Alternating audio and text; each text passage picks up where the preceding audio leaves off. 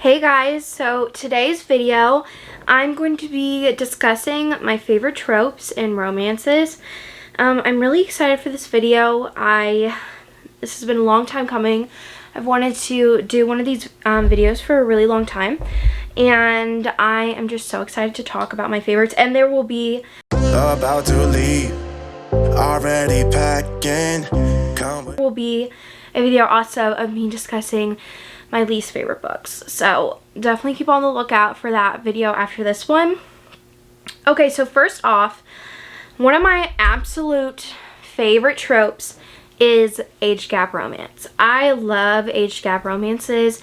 I think they're incredible if they're done right. Now, some authors don't like, I feel like some authors kind of can, in my eyes, like mess up age gaps if like the let's say the hero is older, for example, and he's just kind of like grooming her whole life and being like creepy and like, oh, you're gonna be mine when you're 18 or whatever. Like, that's creepy. But like, if it's like it's not intentional, that they're that they have feelings for each other and it's not like creepy, then I love it. I just love age gaps. I love the mystery. I personally like specifically when the guy's older, but I also really love when the woman is older, because I feel like we kind of see a freshness of seeing a hero that is younger, and we always kind of get the point of view of a hero that is like either the same age or older than the hero.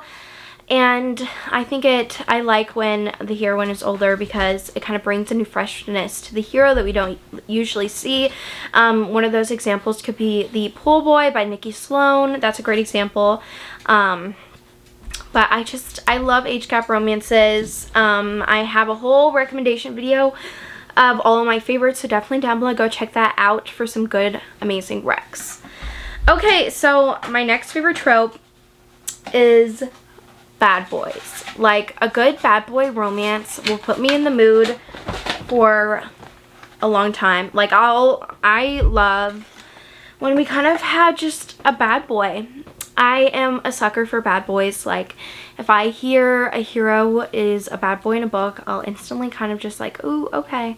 I'll add that to my TBR. And that can be also like rakes in historical romances. I love rakes. I think those are so much fun to read about. If you don't know what a rake is, in historical romance, is a man who's kind of like the playboy of the town, and he's kind of viewed as a playboy in social society, and it's really fun. And like mamas and a lot of, well, especially mamas like warn their daughters not to go near him. But I love rake romances. I love rake romances. I think they're so much fun. And bad boy romances. And I also love, especially in bad boy romances, when we kind of just see, you know how we see how like bad they are, but then we kind of see the other side of why they are this way. And I love seeing that character development and seeing that other side of the hero, and not just him being like a mean like jerk to the heroine. And that kind of leads into bully romances. I really enjoy bully romances. I think if it's done right, it can be really, really good. But I feel like in the last couple of years especially, they've kind of gone downhill for me. Personally, I think it's just the same thing over and over again, and it gets so boring. Like, and the new girl, she has a traumatic past, and she lost her parents, and now she has to stay with her stepdad, who has been distanced from her for her whole life, and she goes to this new rich academy, and she instantly is set eyes on by the group of like rulers of the school, and she gets bullied because they look at her and like their ex-girlfriends are jealous of her, and so they mess with her.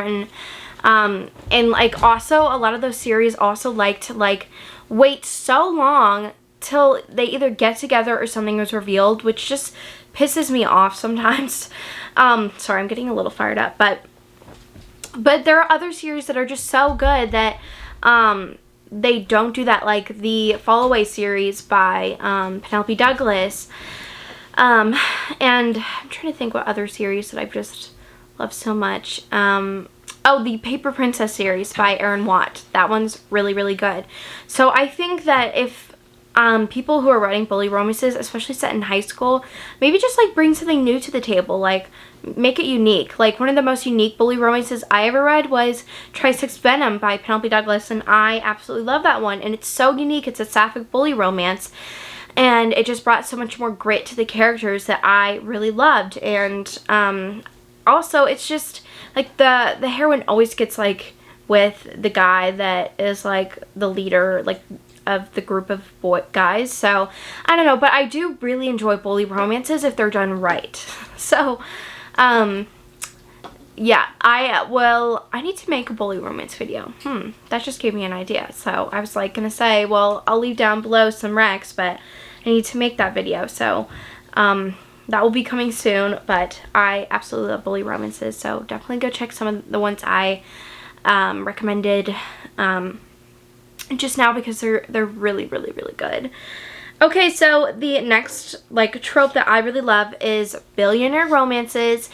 So this is also one of the tropes that I kind of just get annoyed with too. Like, it's a hate-love relationship with billionaire romances with me.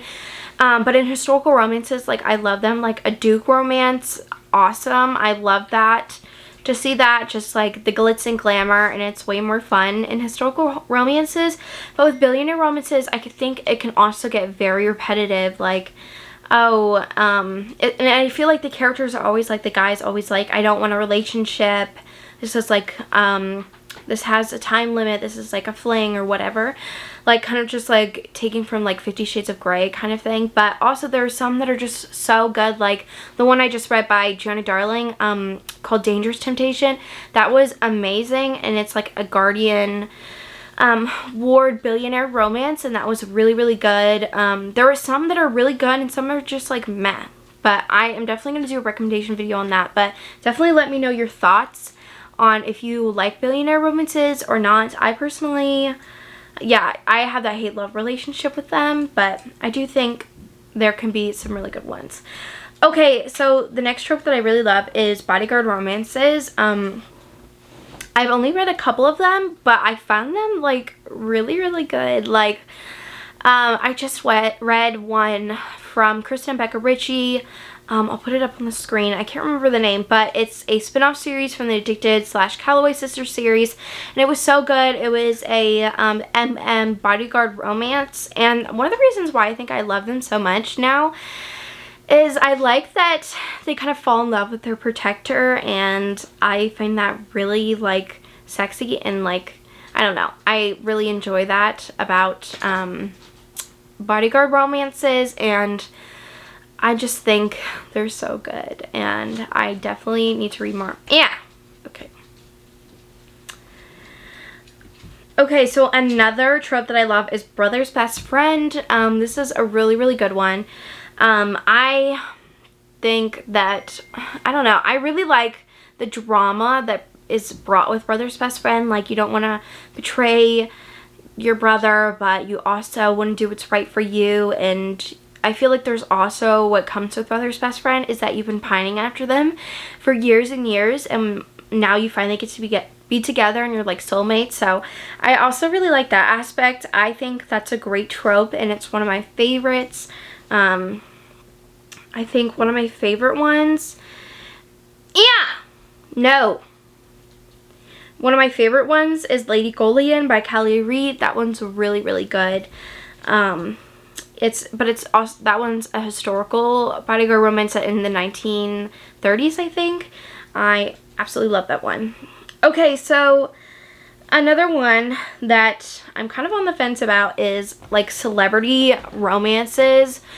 So I think I just don't like, I guess, like, I definitely don't like royalty romances. I don't know why. I just find them so boring. And I haven't really found one that I love yet. But with celebrity romances, I think it's, I found, like, I don't really like, I guess, like, singer rock star ones. But I have found some that I really like. And I do like movie star ones. Those are kind of fun.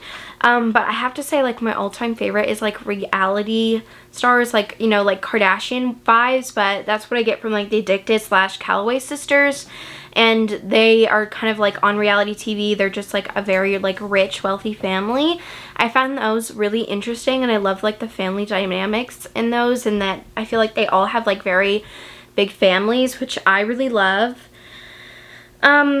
So another one that I just haven't read enough of is like Cowboy Romances. I read one by Pam Godwin called Knotted, and that's a dark cowboy romance, and that one was so good. I don't know if I'll read like contemporary cowboy romances because I don't know if that's really my thing, but I really did enjoy Knotted. That one was so good. Yeah! Luna, no! That one was so good, and it was very dark though. Our heroine does get sexually assaulted, and but it's really good. So definitely just go in knowing the triggers for that book, but I really enjoyed that one. Of course, one of my all-time favorites is dark romance, even though that's kind of like broad. I love all of the things that come with dark romances, like kind of like serial killers, mafia, kidnapper, kind of like crazy people.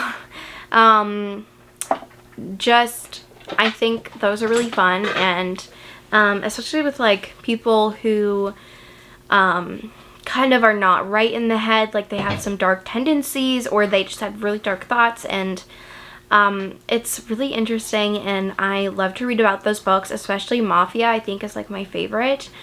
And I think that dark romances, you can do a lot with them, but some can be very repetitive. Like some will be like the classic like indie romances, like a very vague like synopsis, and then you know, it's like a kidnap romance or whatever. But there are some that are just are really good, and I wish more people were more open about dark romances, because I just, okay, this, I might go off into a rant right now, but especially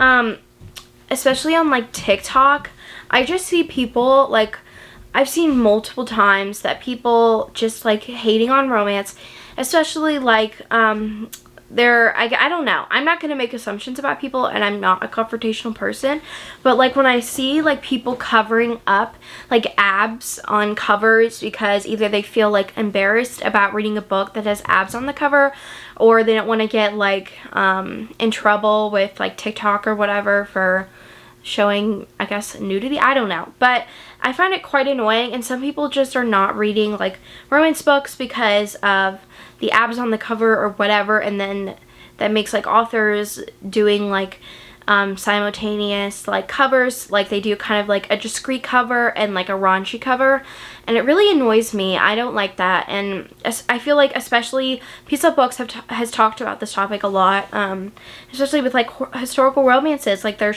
shifting from like the clinch covers, the covers that historical romance readers love and know, to like just covers of like a woman in a dress. Like, it's so weird. I don't know what is going through publishers' minds right now, and I just am not liking that. But also just people like hating on especially dark romance. Like I saw somebody make a whole video about what was it? It was Credence by Penelope Douglas, and I know that book is not for everyone, but the person kind of just made the book like saying it seemed like she was like making fun of like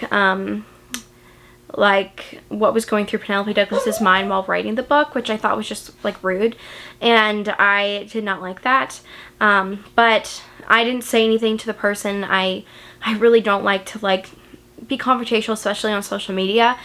But I don't know, it just kind of irks me and annoys me. Like, if you're gonna read romance, why don't you just go all in? Like, I don't know. But maybe some of you will have some context and reason why some people just do those things. I don't know. But again, with dark romance, I absolutely love it, especially indie dark romance. I feel like dark romance only really shows up in like indie books, but I do have a video for that, so I'll link it down below for you.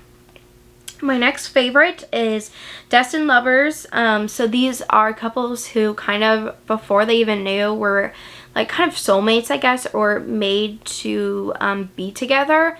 And so this kind of really comes with like fantasy romances. I don't really see it that much in contemporary because it's kind of like the prophecy vibes of like their stories. This is a lot in like fantasy books, like A Couple I Can Name, A Shadow in the Ember, Quarter Silver Flames, House of Earth and Blood by Sarah J. Maas, the Green Creek series by T.J. Klune, Pestilence by Laura Thalassa, and kind of also the Ice Planet Barbarian series. And I just love the stuff that comes with it. Like in the end, when you finally know like that they love each other, and then like either one of the characters like tells the other that, oh yeah, we were meant to be together because of this prophecy or whatever. It just kind of like solidifies their relationship and makes it even better, I feel like. And it's also like they're not told throughout the story that they're like mated or they're destined to be together, which like pushes them together. But I love that trope. I think it's one of my favorites. Okay, so my next favorite is fake dating. I love a good fake dating romance. I think they're so much fun. There's so many things that can come with it, and authors can really get versatile with situations that the characters need to get through. Like one that I can name is The Love Hypothesis by Ellie Hazelwood. There's a scene where they have to, each Wednesday, they were like, well, what do we do? I don't know how to fake date, because they're both like scientists. And so they make like a weekly coffee date. And it's really cute. Like the heroine always gets like a sugary drink, and the hero always gets like a like black coffee or something. But I think they're really fun, and we see them a lot more in traditionally published romances, but I'm fine. I'm totally okay with that. I love that, and I just love the cutesiness of it, and like the forced proximity and like stuff they have to get through because they are supposed to be a couple. Okay, so the next one I really love is Forbidden Romances, whether that's either we can't be together because you're my coach, or we can't be together because you're my teacher, or we can't be together because you're a priest. I don't know. But Luna, I'm trying to talk, honey. I love these romances. They're so much fun. I love the forbidden aspect of them, and how our hero and heroine have to kind of like navigate the waters and figure out what their game plan is. And it's really interesting, but also sometimes it can be like a dumb reason, like we can't be together because of this or what, and then it's just like dragged on too long. But other times it's like really, really, really good. Like Something in the Way series by Jessica Hawkins. That one is so good. So I highly recommend that one. I think I do have a video for those. So if you want some good forbidden romance recs, definitely go check them out. But yeah, I really do love the forbiddenness of forbidden romances, and I think they bring heat and like some fun things that can go on in books. So definitely go check out my forbidden romance recs, because they're some of my favorite books of all time in that recommendation video, because I love forbidden romances so much. Okay, so the next book, like trope that I really love, is Friends to Lovers. This is one of my favorites of all time. I love Friends to Lovers romances, especially if it's like a slow burn Friends to Lovers romance, which really happens in Myron is Zapata's books, and I just love that transition. I think they are such good books, and I love that they were kind of best friends before, and it kind of solidifies their relationship. It makes it even stronger in my eyes, and also I love when they've both been pining for each other for years, but they don't want to like say that to the other person. So I think those are really, really good romances. Okay, so another fan favorite is like Cinnamon Roll Heroes. I love those. I don't know if that's really a trope. It's kind of just like a theme, like where like the good guy, but I love when it's like kind of like a grumpy hero, but inside he's like a gooey marshmallow, and I love those types of heroes. I feel like that's the epitome of Reich Meadows from the Calloway Sisters series. He is totally like a grump, but inside for Daisy he's just like gooey and just so protective over her, and just like kind of just, I love him so much. If that would be my top book boyfriend. I think in that series, he's just so protective and so caring and so kind, and I love him so much. But one of the most popular romance tropes is hate to love romance. I do really love this one. It's fun because I like when they kind of have that hate to love relationship, and they hate each other, but then they slowly like melt to each other and let each other in. That's one of my favorites. I think they're just such good romances, and they're fun to read. They're really fun to read. An example of one would be Lessons in Sin by Pam Godwin. That's a priest/teacher romance. I really like that one. Another great trope is just overall historical romances. I love historical romances. They're one of my favorite tropes or genres of romance that I love to read. I think they're so much fun. I love society standards and stuff like that. Like, I think those are so much fun, and I love Highlander romances. Like, each time I read a Highlander romance, I only picture Jamie from Outlander. Like, that is my go-to like image of a Highlander hero, and I love like the kind of forbiddenness and the societal standards where everything's like so dramatized, and I think they're super fun.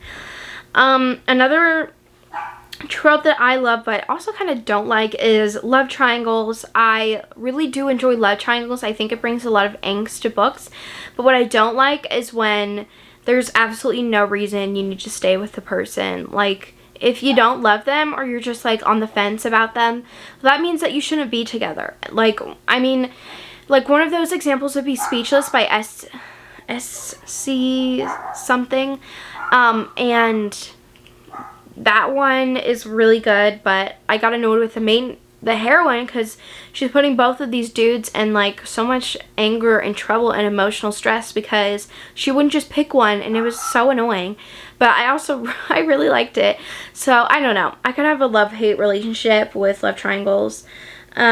But the next kind of trope I loved is marriage of convenience. I personally love it more in historical romances or like a fantasy romance.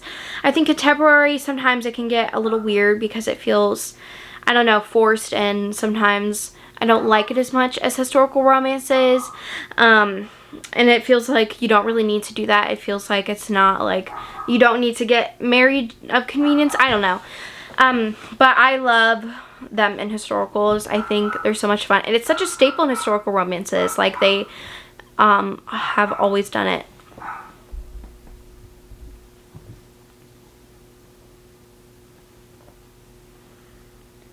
Okay, the next one is like motorcycle.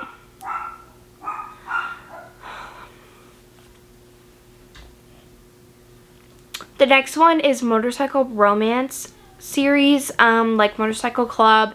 I love those, especially the Fall of Men series by Gianna Darling. It's kind of like a modern day like fantasy, which I love. Like, there's so much action that can happen in MC romances, and I forgot to include this kind of under dark romances too. But I love MC romances, especially the Fall of Men series by Gianna Darling. That's one of my favorite series. I really enjoy office romances. I think those are super fun, and I love, that's also kind of forbidden in how like you can't be together because of like I'm your boss or whatever. I think those are really fun. I love paranormal romances, vampires, werewolves, fae. I love those. I think I like maybe werewolves even more just because of the Green Creek series by TJ Klune. That one's so good. But I also love vampire romances, especially like from Blood and Ash series and Black Dagger Brotherhood. I personally don't like pregnancy books, like especially when the trope is like, oh, I'm pregnant, so we have to be together. But I do, the one instance that I like when a pregnancy is brought in is like, if it's in the story like randomly, but it's not why they stay together. Like maybe if like she hasn't been able to ever conceive or reproduce, and then she finally does. Like, I love that in books. Or I really enjoyed it when it happened in the Cora Riley book. I'm not going to name which one because I don't want to spoil it for you. But that one was really good. I really do like reverse harem books. I think they're super fun, and just it's kind of like, I don't know, you just get like a lot of attention. Like the characters, I mean the heroine gets a lot of attention. But they're usually, I feel like, in bully romances. But I do really enjoy reverse harems. I think they're super fun, and they can be very steamy, so I like those. I like rom-coms, but I really like Iris Gray's rom-coms, which are basically just all of her books, and some of Christina Lauren's. I love second chance romances. I think those are so good, especially when they have a past and then they see each other again, and then they're like, ooh, we broke up years ago, but like it was for a reason or whatever, and then they get back together. Or like you scarred each, like one character, like let's say the hero scars the heroine by breaking up with her, or something happened years ago where they don't talk anymore, and then they see each other again, they reconnect. I love those. I really like single parent romances, but the one problem I do have with those is sometimes authors can make like the kid not the age that they say it is. Like they say like a 2-year-old, and like I'm like, a 2-year-old can't say like 3 full sentences. I mean, I don't know, not any 2-year-old I think I've met, but like having a long conversation with somebody. But there are sometimes circumstances where authors really do it well, and it's so good, it makes me fall in love with the kids and the hero or the heroine, and I really enjoy those. And I think you can also see a side to whichever character has the kids, like see maybe a kinder side to them that you wouldn't normally see of them with their kids, which I really like. I love slow burn romances, especially Mariana Zapata's. She is a queen of slow burn romances. Small town, I do enjoy small town romances, but I think sometimes they can get a little too cutesy and a little too light for me. But sometimes they can be really good. And if I like one that comes off the top of my head is like that Kate Stewart one. I think it's maybe Flock. I can't remember. I think it's Flock. It's in that series. Another one is sports romances. I love those. Those are so much fun. I love, honestly, I feel like a lot of them are when the hero is the player, but I like when either both of them are like in doing sports, or like the heroine is. I just love sports romances altogether. I think they're super fun. Another one that a trope I love is step siblings, but I haven't read one of those in a really long time. And then we get into suspense, that's under like dark romance, like kidnapping or mafia, or something that I would do, like the Mind F series by S.T. Abbey. I think that's a suspense one. Tearjerkers, oh my god, like emotional angsty reads like Candy Steiner, A Love Letter to Whiskey. And then, poly romances, like polyamorous romances. If you don't know what that means, it's when, like the characters in the book, like the hero, heroine, or another hero, whatever, they all like love each other, and they're all together with each other, not just like, 2 guys and like they're with the heroine only, but it'd be like all of them together. I think people get confused on like reverse harem and polyamorous. Reverse harem is when there's like a heroine and then like 3 guys, but they only get together with the heroine, they don't get together with each other. I think those are really fun. I love polyamorous relationships. I think they're super fun, and Katie Stewart does that. No, oh my god. Katie Robert does that really, really well. She's incredible. I love her writing. Another one that comes off the top of my head is Sierra Simone. She does that really well also.